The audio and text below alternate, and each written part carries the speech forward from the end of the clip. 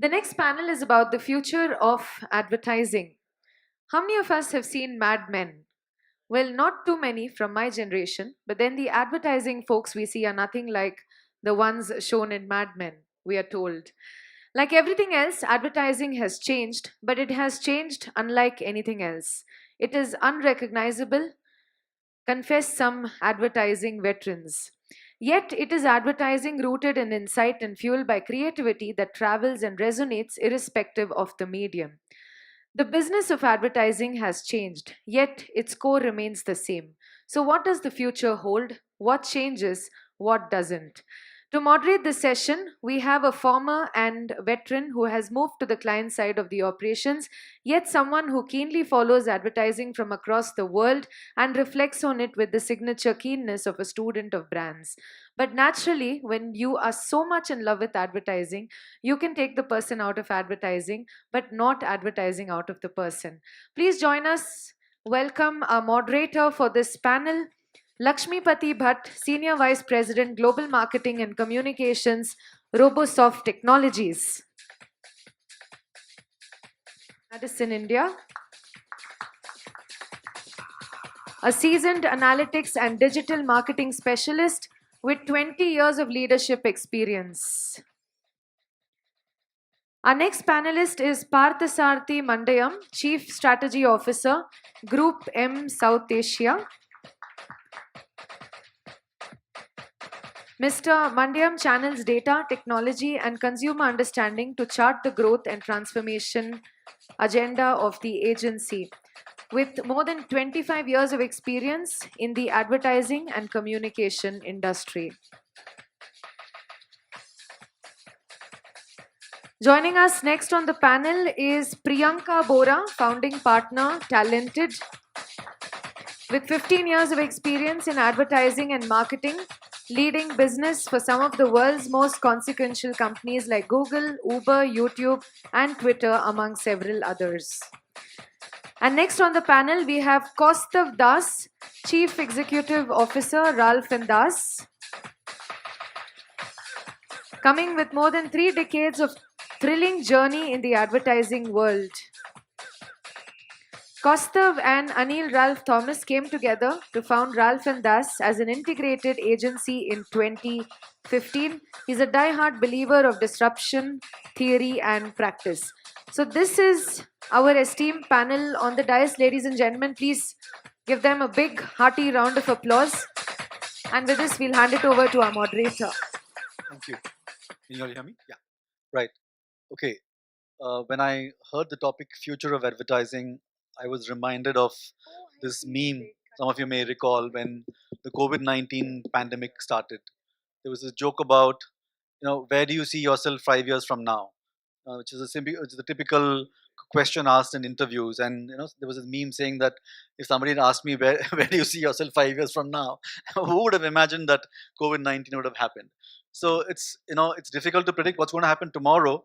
So we're going to have a tough time to predict the future of advertising, which is a very vast topic. So we'll give it our best to talk about the key issues, hopefully relevant ones, in the next half an hour or so. Right. To set the context, we all are familiar with each other, so I will not waste time introducing. To set the context, I come from a world where advertising was about artworks with bromides, sending pneumatic tapes to media houses. So I don't think somebody like Priyanka would even know what these are. And obviously, a lot has changed since then, the early 90s, and the pace of change has been accelerated perhaps in the last 5 or 10 years. So I would start with Priyanka and uh, also temper my question with this perception that a lot of people of my vintage, or I can take the liberty of saying our vintage, will have this "those were the days" syndrome, and it happens with every industry. When if you ask a Hindi film lyricist today, he would say, those were the days, yeah, 80s, what songs, we don't even remember what happened last 6 months. So I would ask Priyanka, forgetting this bias of those were the days, since you joined advertising, what has changed in terms of say technology or use of it, and what do you see are the key trends that are likely to happen in the next few years? Right. Thank you. Can everybody hear me? I'm assuming yes. Been a question we've all been asking for the last 2 years, though. Um, Thank you very much. Well, I think it's evident, the youngest on the panel at the moment. So 15, 16 years in advertising seems like a lot to me, because I think that there's been so much that we've gone through and sort of, built. But the funny part is, I started in mainline, if you will, and sort of clearly now digital social seems to be the space that is working. Folks are around there. Consumers are right in the middle of it. What's really changed is, I think, how people looked at mediums. So for me, I know for a fact that when we were beginning, the um, the expectation from a junior A, and the expectation from now from a junior A is very different. For example, right? Somehow we are almost expecting the folks who just join us at the lower rung to almost be aware of what advertising is, how it functions, everything on, and now move on. Tomorrow is, by the way, World Environment Day. Can we do something? Right? That is usually the kind of brief that would end up coming to a junior A.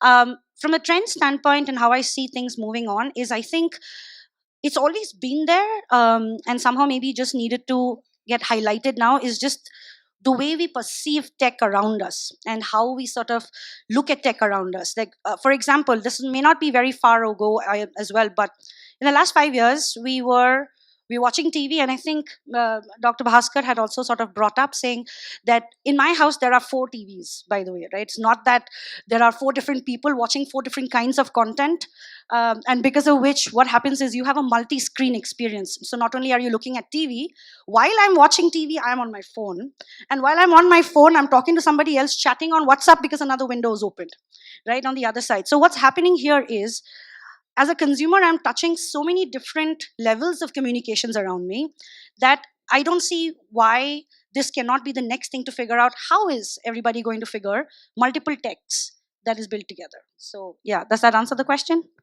Um, right, from the era of 90s, when everything was in-house, one agency handling, let's say, the media planning and buying, direct marketing, and everything else. We have moved on to a world where there are, specialist agencies, independent creative houses, etc. So what do you all feel about, I will start with you, Maps, about um, who has the big picture and who is going to have the big picture about the brand, from either the advertising side or the marketing side, and where do you see that trend panning out in the next few years? Hello. I think the first thing when somebody said future of advertising, I said I wish I had a clue, because I think no one knows really where it's going. But two three things you talk about, the old age of the integrated agency and the specialist. I think the important thing is who has the consumer, is going to drive it, and these things are cyclical, right? I mean, we saw the disintegration. We now see integration with purpose, and I think there is there are just two things which are important. One is integration, the second is specialization. And as long as there is an entity which is able to integrate specializations, I think that's where the future goes. And core of that is who among these really understands the consumer best, and what is driving that consumer. Because I think the future is going to be based on a couple of things, Lakshmi. One is obviously consent. This is something which is a huge change. In our early days, advertising, it didn't depend on consent, but increasingly advertising is going to be based on people giving you the permission, saying I am okay to receive messages from you at this time on this device in this manner. The second big thing is obviously authenticity. And for that you need to really have the pulse and the empathy of that audience to be able to deliver that authenticity and that authentic message at a time when there is consent from the person to receive. I have a question on that. You spoke about somebody having the consumer at the heart of everything. Um, who is that custodian? In the earlier days, uh, the agency CEO and the client side CEO had a rapport of sorts, because the client side CEO would have an interest in advertising. Whereas in most big companies today, I would imagine that the CEO has left the job of advertising and marketing to somebody else, and probably does not even know which agency is working on his or her brand.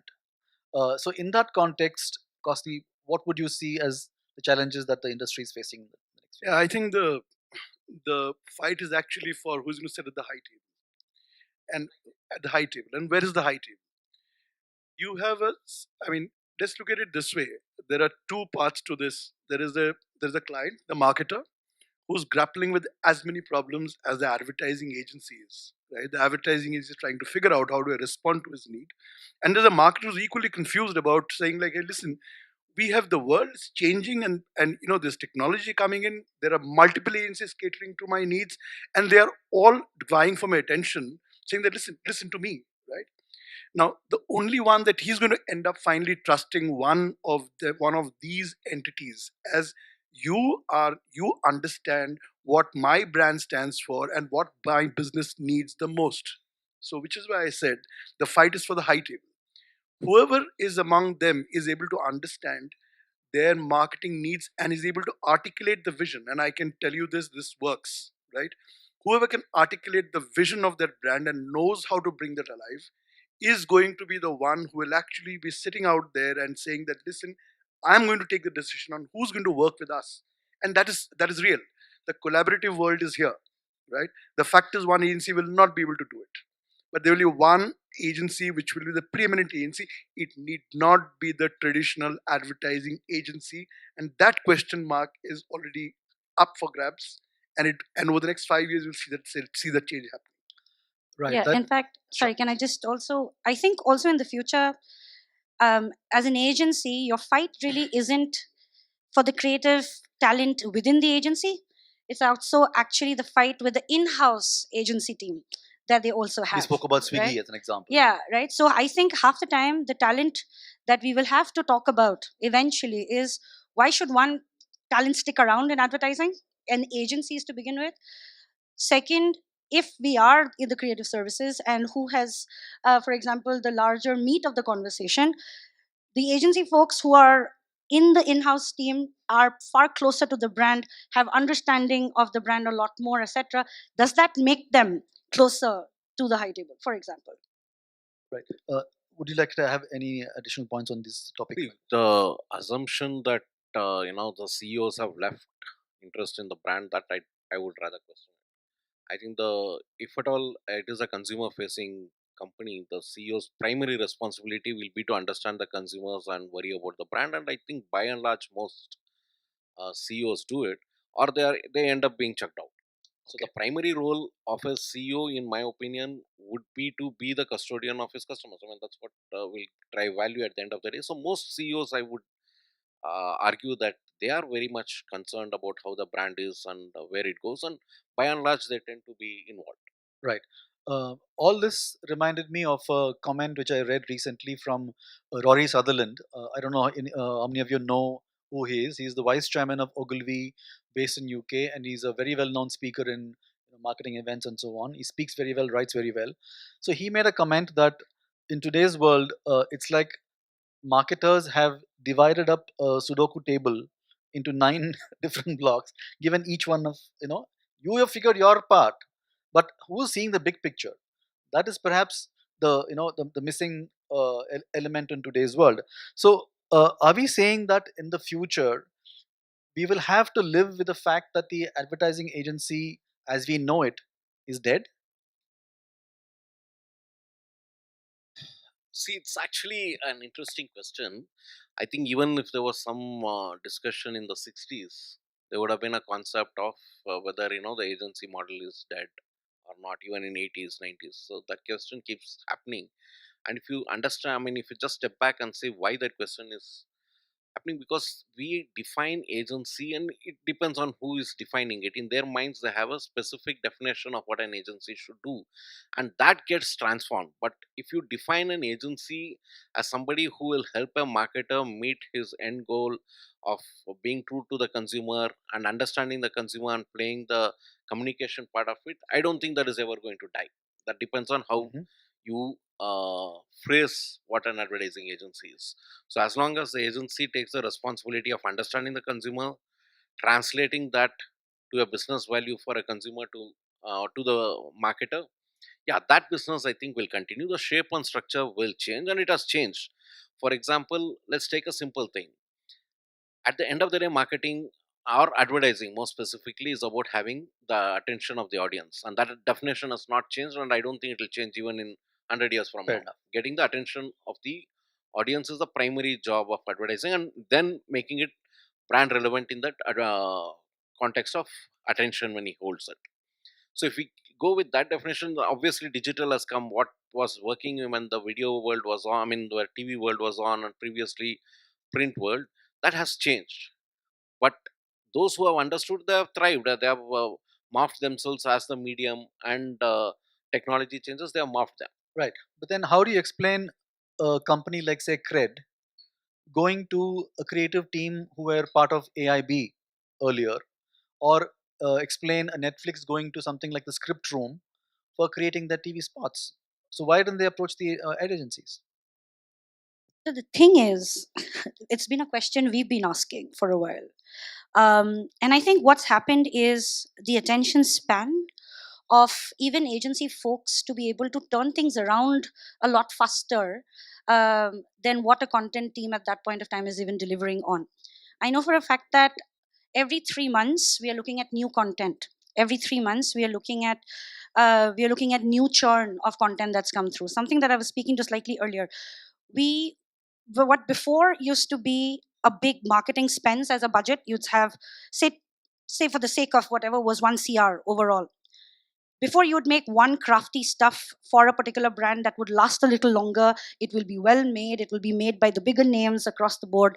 It has research dealt into it, it has deployment sort of figured out into it. But what started happening is we were told that, hey, you know what, you take the 1 CR but make 5 out of them, right? Make 4 or 5. So when you make them, we don't need the quality to be too good, or we don't need that to be whatever. We need to shock and awe people at that point of time. What the content folks are doing, and they're doing it very well, to be honest, they're shocking you, they're awing you, they're making you talk about yourself. That's all that they need. Because the moment this is done, I move on to the next one, because after that, that's old already. What is the next thing? Because you're looking at a 15-second reel to make a difference in one content in one direction, 3 months is very long for any content to be up there. So am I refreshing content that is coming on one after the other? So therefore, the folks like AIB, writers, etc., I don't see them scale too often. It is going to be a piece that is going to last 3 months, refresh every 3 months. You will see similar style of content running from one brand to the other brand. If you look closely, you will also start seeing the names of the real music being applied to different brands where you know which team is actually working on them. I have a different point of view on that. How does, and I know I'm taking names, but for the right reason, I hope. There is Spring Marketing Capital, right, where the model is to invest in a startup, grow with them, advise them, be the marketing partner, and provide the creatives. They've got agency veterans on their team, right? And obviously, they would come with sound brand strategy and then a sound creative strategy to back it up. How does a traditional agency fight that model? Anybody? I think the point that you made is very interesting. The pie is getting bigger, right? The pie is not getting any smaller. And they will be the specialists that are going to actually work out there. And like somebody like that who's a niche, who says like, my job is to help a startup, almost partner them into becoming a brand. Now that is a model that applies to them. They've chosen to be part of that model. It may not apply, for example, to a traditional advertising model, and it'll be wrong on the traditional advertising agencies model's part to even try that, because they're not built for that, right? Because the cost structures are different. So what you will also see again, on the other hand, is that you will see a set of agencies that will emerge who are almost like, if I may call it, that once everything has been set in place, they will do the task of carrying on, saying, hey, listen, the brand is set. This is what I keep doing now, again and again and again. And like she was saying, you will see it's almost like it will become like a formula, right? Till the brand figures out one day, saying like, listen, we become a formula. We need fresh thinking. And then you'll get another set to come in out there and do that, which puts a new challenge, which means if you are the biggest agency, and when I say biggest, and I'm going to use a term from social media which says if I have the largest share of conversation within the client, that means I should not only be doing their job regularly, but I should be the one who should be infusing the new idea, saying that listen, it's time for you to actually make a move now, okay, and be true to the brand. So, which is why I said being at the high table is very important, right? If you are be able to sit there, if you're able to guide their thinking and own their thinking, you are not going to be kicked out of there in a hurry. Right. Any other I points? mean, see, every single client CEO whom I talk to, there's only one common thing. The second largest expenditure on their P&L is the spend which they do on advertising. Right. So at the end of the day, it is about accountability. Right. And it's very simple questions, right? Am I driving penetration? Am I driving consumption? Am I driving my brand for the future while managing today's sales? To come back to that high table question, the person who will be at the high table is the person who's able to answer this. And yes, there is a need for instant buzz. There is a need for all of that, but all that for an end goal. Right. And that end goal for some people might be an IPO, but more often than that, it is for sheer long term growth. So therefore, what is that value exchange I'm giving to the consumer in exchange for him viewing my ad? Is Right. it entertainment? Is it convenience? Is it a whole new perspective? What Right. is that value exchange which that Okay. consumer is getting? And whoever is able to really deliver that is what the CEO is looking at. And I'll agree with Nagaraj. I mean, CEOs are damn interested in advertising because, like I said, it's the second biggest largest, element yeah. on the Great. balance sheet That's nice. very to know. often. Any other points? Can on I this? can I just interject on Sure. this for a Yeah. So there's a very interesting meeting I once had with John Wilkins. I don't know if many of you know about an agency called Naked. Okay, and Naked tried this model that we are talking about. They're probably ahead of the time, and this is about, if I remember correctly, some 15, 16 years back. And what they were doing is they said, like, listen, we do not have an advertising agency. We don't have account executives. We don't have creative people, right? We only have thinkers on our team, right? And what we do, we understand the clients, the marketer's problem. We understand what can be done. And having then figured out that this is what the idea needs to be pushed, we then call the advertising agency, the digital agency, the BTL agency, whoever needs to be, right? So they were actually trying to be sitting at the high table right then, and they had what? They had 8 offices across the world, and they ran it, right? Now, this is the model. They came to India, it floundered. Why did it flounder is a good question. If you study about it, you'll understand what went wrong. They tried to be a regular advertising agency, Right. because somebody told John that in India this doesn't work. Right. So this is actually coming back, and this will be relevant in the future.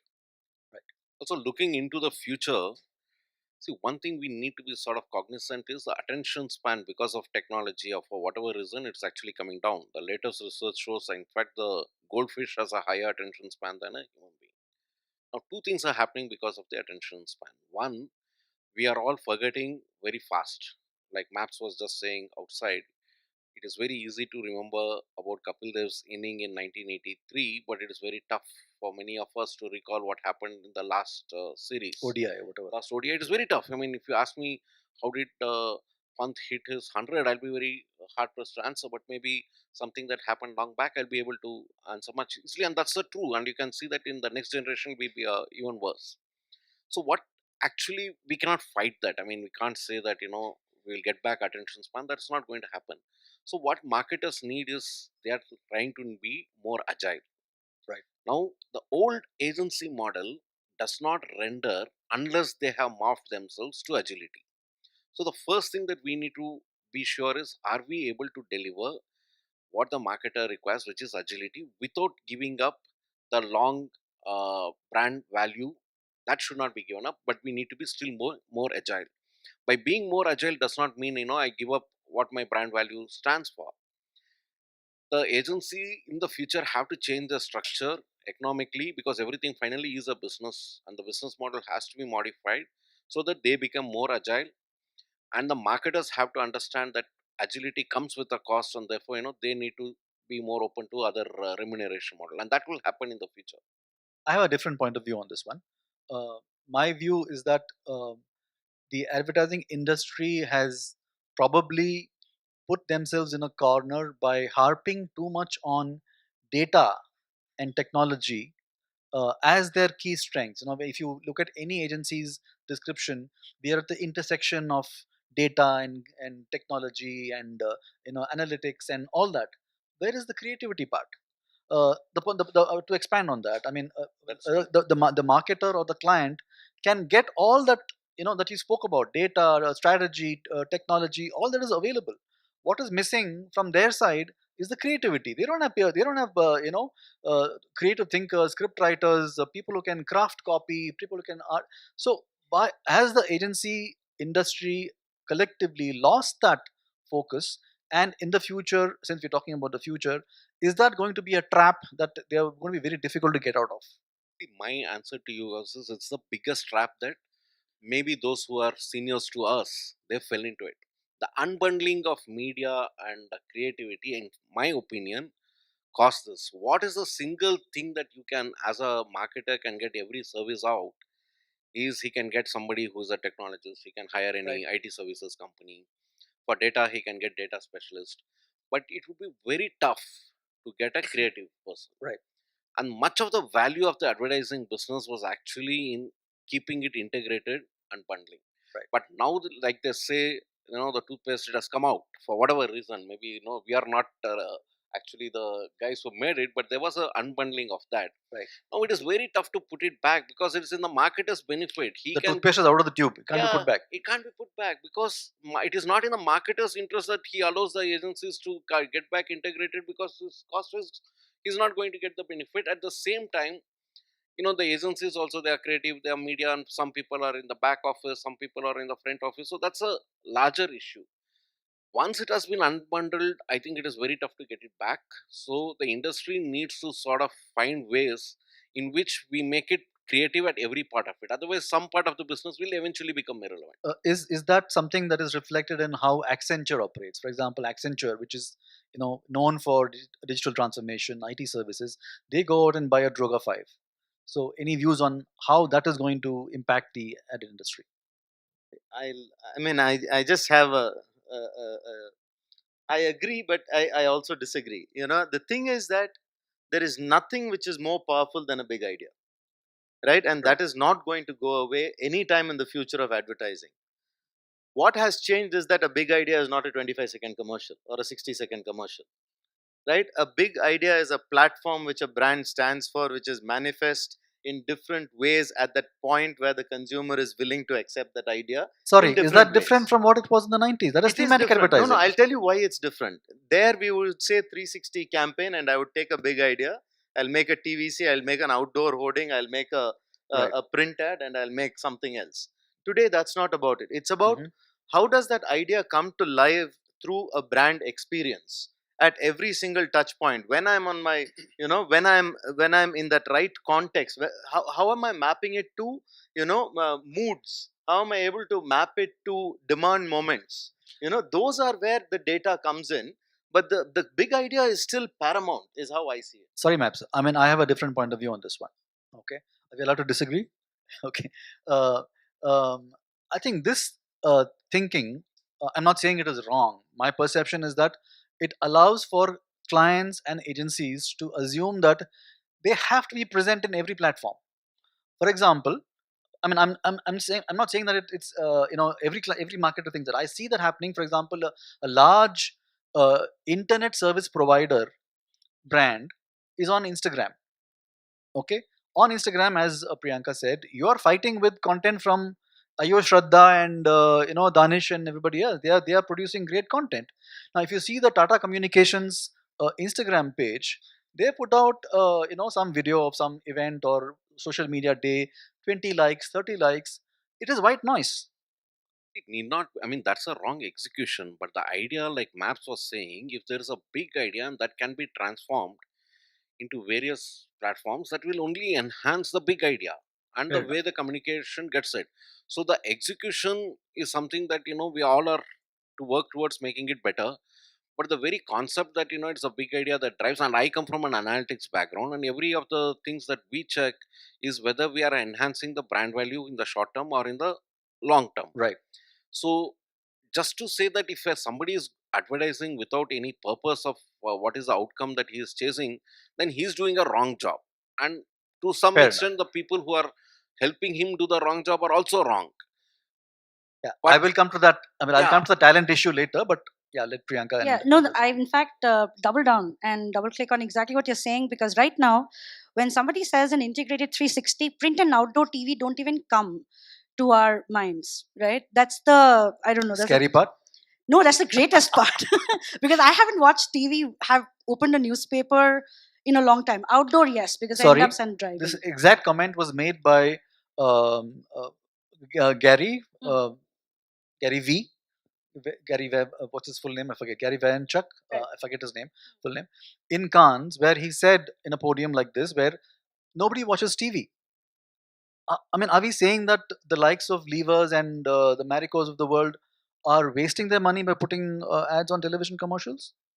No, just that the people that you're speaking to and what's driving communications. I'm talking about myself at this point. Sure. In the kind of brands and categories that we work is diverse. The reason why we're trying to also, another point that we'll come to a little later on talent by itself and should they even stick around in advertising. The reason what happens is at this point of time, the largest share of wallet in my current state in terms of the brands that I'm speaking to is a certain cohort of an audience. Right. And this audience at this point of time is everywhere, technically, right? Okay. So therefore, if there's a newspaper passing by, I may watch it, I may look at it.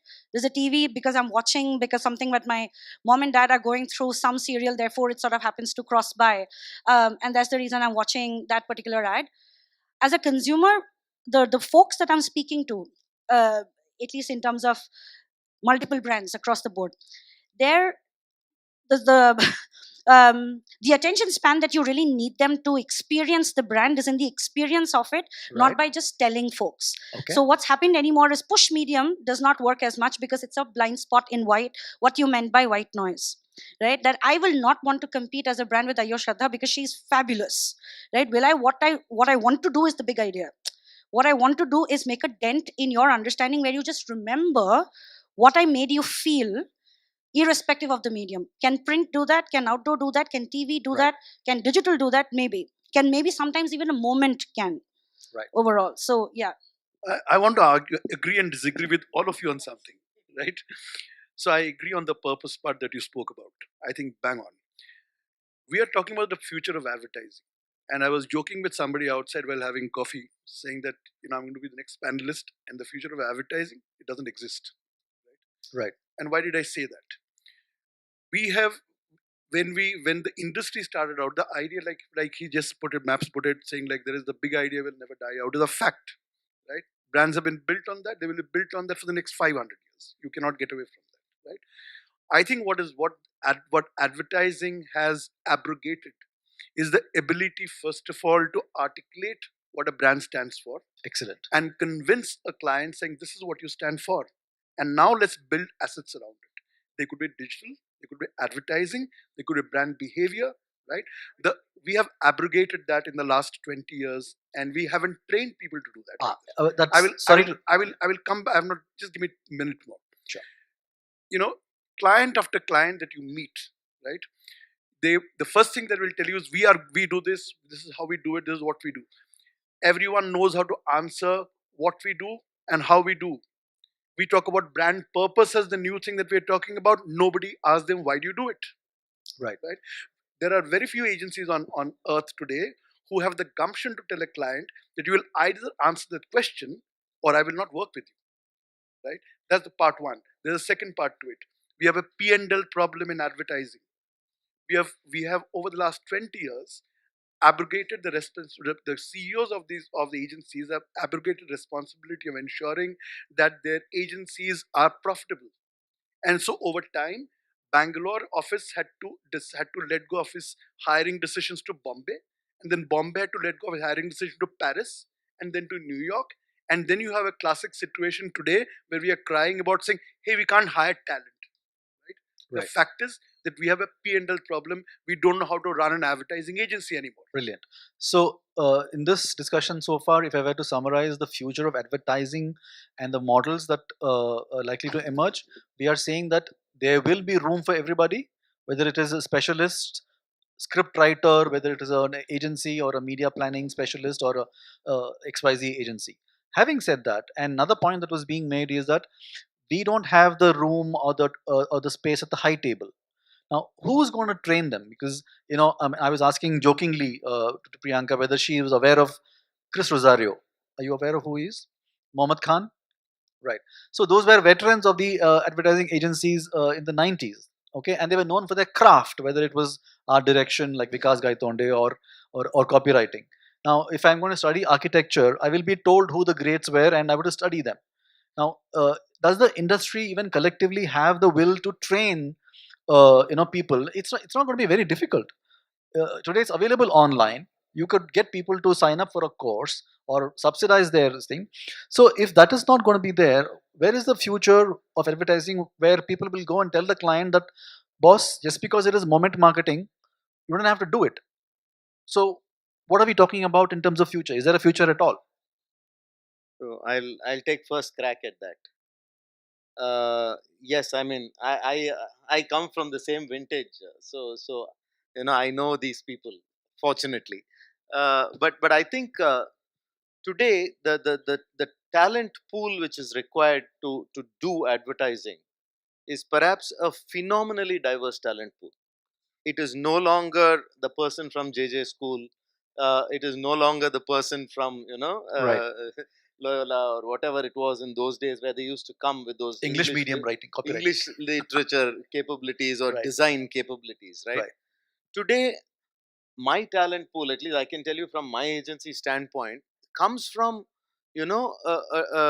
all the way from a data scientist who's sitting in Indore, who's done something, to a person who's at the core of cutting edge talent, sitting in lower Parel, this thing, and a whole array in between. Right. There are coders, there are thinkers, there are people who have come from consulting strategy backgrounds. Today, the biggest challenge there is not recruiting; it is integrating them to a common vision of what advertising should actually be, because they come from such diverse backgrounds that to make them feel welcome in that environment, make them feel that they are thriving and they are mainstream. They are Right. not the oddballs. Right. They are the people who are the mainstream of the agency of the future. I think that's the challenge. And I mean, just to add to that, I think HR or talent used to be a very, very minor ancillary function Mhm. in the ad agency of the past. I think talent management is the core function of a ad agency of today. Right. Since it has in my company name, like we call from a talented standpoint, Good pitch. Good name. Good pitch.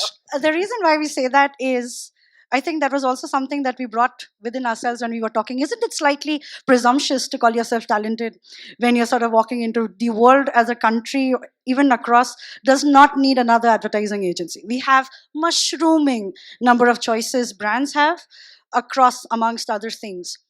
I think the larger question that very nicely was brought on is, how do you keep talent? Why should talent even stick around in advertising without the pay that you would want to give? Absolutely. With having to work longer than 40 hours a week, just by the way, seems alien to a lot of people, without having to work through a weekend, without figuring out any of those. Why should advertising talent even stick around? So one of the primary things that we asked ourselves is, we, all of us who are in advertising, or at least a part of the agency world in some way or the other, know exactly what the problem in advertising agencies are, right? P&L, like you brought up, the reason why hires can't be made, the reasons why the same people are doing multiple people jobs, the reason why people are, thanks to work from home, while productivity increases, you're also burning out like mad. You start off at 9 p.m., there is no end, 9 a.m., there is no end time. The question that advertising agencies in the future need to ask ourselves is, why should anybody stick around with you? Are you giving the best of possible pay? Your starting salary in advertising in AE is 3.6 lakhs, right? You go to an in-house place, that's 3 times that. Right. What are you offering that I will want to stick, learn, right? And coming back to your question, get myself trained for. So one thing that we started bringing within ourselves is a learning bonus. I'll tell you, there are a couple of things that as a handbook that's going to keep coming up as it is. One thing that we've committed to doing is best of industry pay, no matter what happens. Therefore, charge the client accordingly as well. Therefore, maintain a certain kind of talent density within your team that nobody else can replace? Right. Why should the brand come to you as an agency talented versus talented X, whatever? Why would anybody want to come to you? And second, as a talent, get attracted to you as an agency to come and stick around? What are you offering that 10 other agencies haven't been offering me? Can you? And half the time it ends on pay. Say you've achieved pay parity, say for whatever reason you've achieved that. What else? Right. I'm going to not work more than 40 hours a week. I have a 9 to 6, 6:30, 7 o'clock. In advertising, most people from very senior folks would end up telling me does not exist, right? That not working over a weekend seemed like you're not paying attention to the brands. As an agency, we don't work over a weekend at all. Clients are aware of them. It's in our contracts. We call out that if there is any point of time expectation to work over a weekend, there'll be a separate team that's going to be brought on board to sort of be able to deliver on those things for you. We're also almost naive in that sense to almost imagine that there is goodness in our agencies' worlds. There's goodness in the art of wanting to do something nice. How can you really bring that back? And that, I think, would be a very important question to ask for advertising in the future. Why will talent stick around? Yeah, which also brings me to another question about talent, which probably you spoke about talent. Earlier there used to be a situation where some English copywriter would write the ad, and then there would be pigeonholes: Bengali, Marathi, Odia, etc. And then they would come pick it up and translate and go away. That no longer works today because of OTT regional work, and they're doing some fantastic work in regional entertainment. So how do agencies plan for this? I mean, you really can't have a writer who can you can have multiple writers. You can't have somebody thinking in Odia and Marathi and Assamese and all that. In fact, primary question and primary solution, if you will.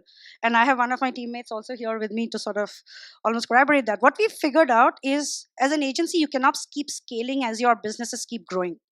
So as you're, say, for some reason, the answer to finding the right kind of resources is not to hire the people, but to collaborate. Something that I think you brought up as well, saying that why does your core team need to keep growing bigger and bigger and bigger as your brands are coming on board? You need your core tight 30, 35, maybe tops 40 people who know your business, who understand advertising, who are core to how your agency functions on, and work with collaborators, work with consultants, make that routine and normal, right? To work with consultants, work with freelancers, to work with language experts, to work with folks that don't feel sidelined, who are part of your agency culture in one way, but work with multiple people. And in fact, there are so many people right now that, so for us also, we have a chain of 120 people right now who work as in project spaces on different specialities. And I think brands as agencies also need to be aware of that. Charge them accordingly, but it's possible. See, one good thing that is happening is post-COVID, there's a huge lift in the number of people who are taking freelancing jobs, and gig economy has taken off. I think advertising as a business like Mapside, to give a real flavor to it, it needs multiple talent, and each talent is required for a very short period of time, just to put in terms of a number perspective. So gig economy works very well. But if advertising tries to say we will become the next Infosys, where we will be charging in terms of, and our total billing is what we are looking at, and it will be based completely on the people that we are going to get on roles. And incidentally, when IT services, there's a huge attrition problem. They are trying to move towards this. There's a 19%, like what TCS said now. So advertising, the future will be great if the gig economy is encouraged. So there will be centers of excellence. So all the big names will become centers of excellence. There'll be brand custodian. There'll be somebody who will nurture a big idea, and they will be able to rope in people according to each of the requirements. And that's the way I think the future will be, and that's very good for the advertising economy. I would only temper it with saying that those, even if we work in a collaborative manner and get talent as required, there has to be some orchestrator who tells them that, look, it's about creating something that is part of popular culture. We all remember Gale Mein Kich Kich, done so many years ago. Ye PSP nahi janta, okay, whatever. So are they able to create those ideas that become part of popular culture? Is what I think the integrator has to focus on. Which brings me to another obsession of the industry, which is going to have an impact on the future, which is to do with creative awards. Okay, in your honest opinion, there's been a lot of buzz around campaigns that have won recently in big global platforms, great for advertising, Indian advertising, etc. Is that real work? Is that something that has made any change to a real business? Is it a good thing? Can I start with that, since I'm the youngest in the lot? Yes. I believe in the power of good advertising. I still do, right? Okay. I believe that if, as individuals, we we work on brands and we work on problems that can be solved in, do it because you're finding a solution for it. For a real brand, I would For a add. real brand, always, right? So that's the reason why, because everything that we've ever touched, and this is something that started even in our old alma mater that we keep calling as web chutney, right? Primary things that we'd had always knew. The average age in that floor was 24, right? Including our CEO at that point, not Siddharth, but after him, was 24. None of us even knew what scam ads even did. I'm calling it out because I know that happens, right? We didn't know what that era even felt like. Our intent was, we are creating a campaign called Voice of Hunger. I'm not sure if any of y'all have heard Yes. about the Voice of Hunger campaign. It came out of this one junior copywriter who was thinking about matching food forms to voice messages randomly. He didn't even know what he had on his paper. And when the other thing that we are also very interested in half the time is to, as creative leaders in your agencies, our responsibility is to look at a germ of an idea and find ways to finish and find the finesse and chisel that is required for an idea to make it award worthy. We didn't know it was what we were working for, Right. including, if you may, the unfiltered history tour, for example, the one Yeah. which is for Vice World Vice, News, yeah. right? Which did win very big. It was an idea that started on Vice through a web series that was already on Vice. It was about colonialism. I get right? that. Yeah, I get that. But sorry to interrupt. But my Yeah. question is, by having focus on such awards Yeah. for not mainstream brands, Mhm. are we attracting talent to come into the industry who only focus on creative awards as the be all and end all of it? Mhm. And even I wonder whether one black coffee of Ericsson Mhm. or the Hutch Pug ad will even win an award today, because everything's to do with some do good thing or brand purpose or saving the world, Yeah. right? So is that a good thing for the future of advertising? Sorry, just one point on that. I just think that, to be honest, I hope it does. In one way, the competition's very, very, very wide at this point. Does creative awards matter in the larger field of business? It attracts big clients. Okay, it attracts True. brands who believe that I have the most creative folks in my team who happen to win these awards that shine in our galleries very well. It's a fantastic confidence boost to a young creative person who's come on stage to realize the history of advertising that has come along with it.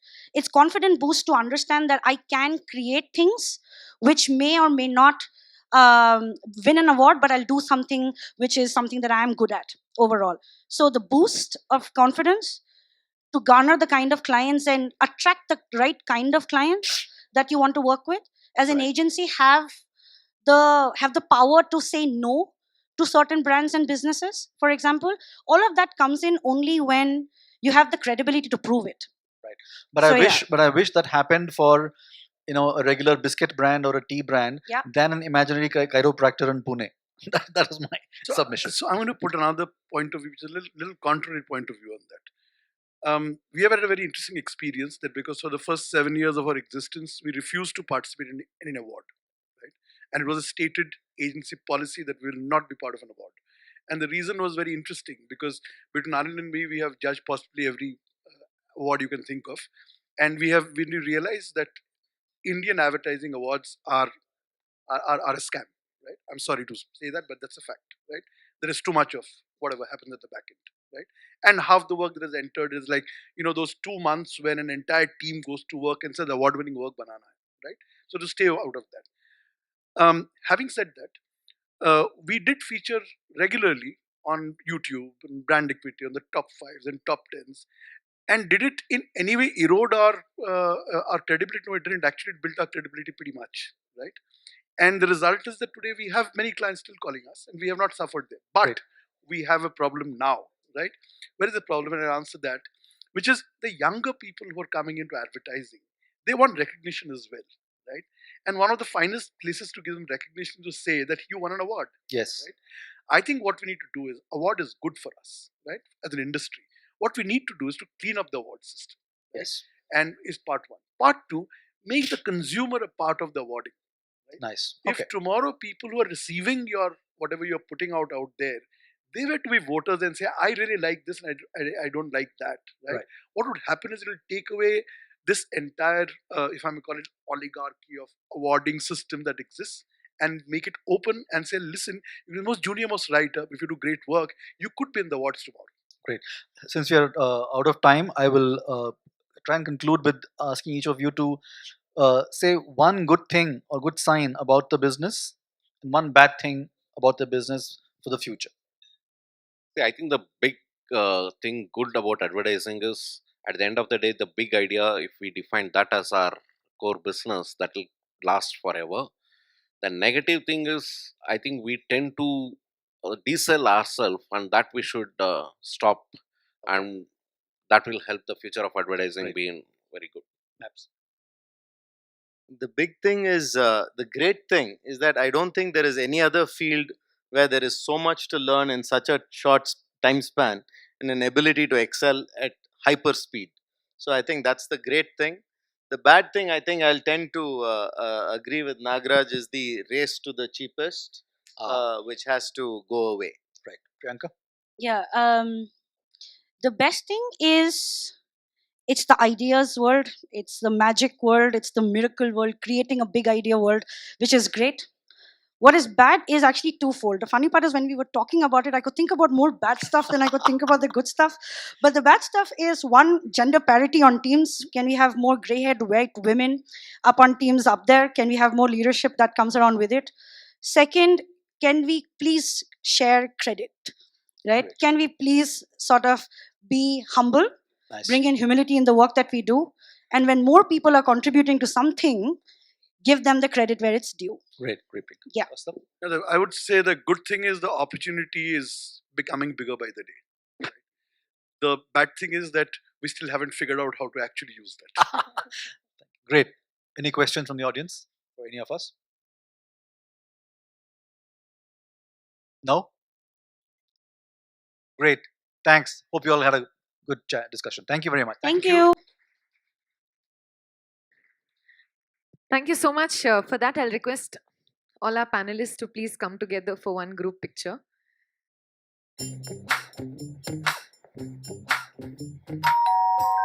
Hi.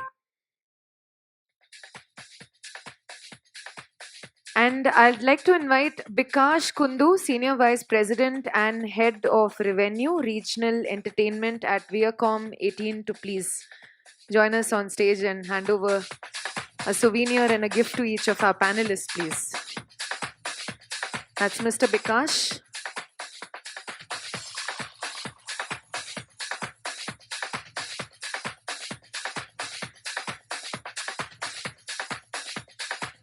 We'll start with our moderator, Mr. Lakshmipathy.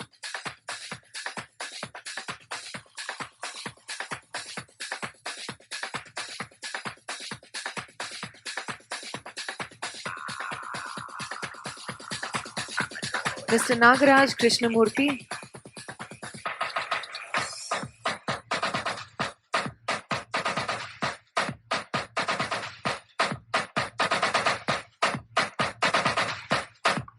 Mr. Das.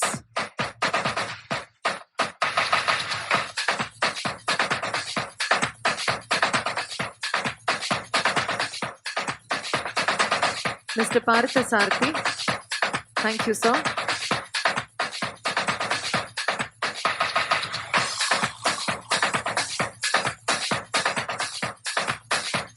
Ms. Priyanka Borah, thank you. Let's hear that for all of them, please.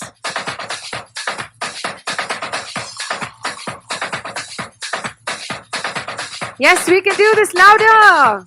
Won't you want to give them a nice round of applause? Thank you.